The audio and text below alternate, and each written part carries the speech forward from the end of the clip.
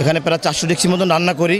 তাতে 1800 কেজি আপনার 1800 কেজি মনে করেন শুধু আলু আছে, 18 কেজি আলু আছে, 400 কেজি ঝাল আছে, 100 কেজি রসুন আছে, 200 কেজি পেঁয়াজ আছে, 800 কেজি তেল আছে, প্রায় 300 মনের মতন চাল ডাল আছে।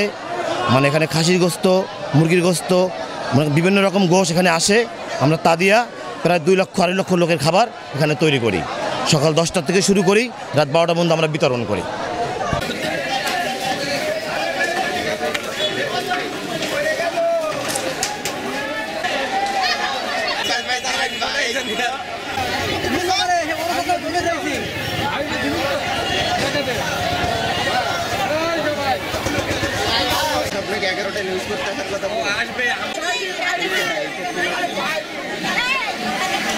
হয়ে গেছে, এখন তুমি যেটা করবা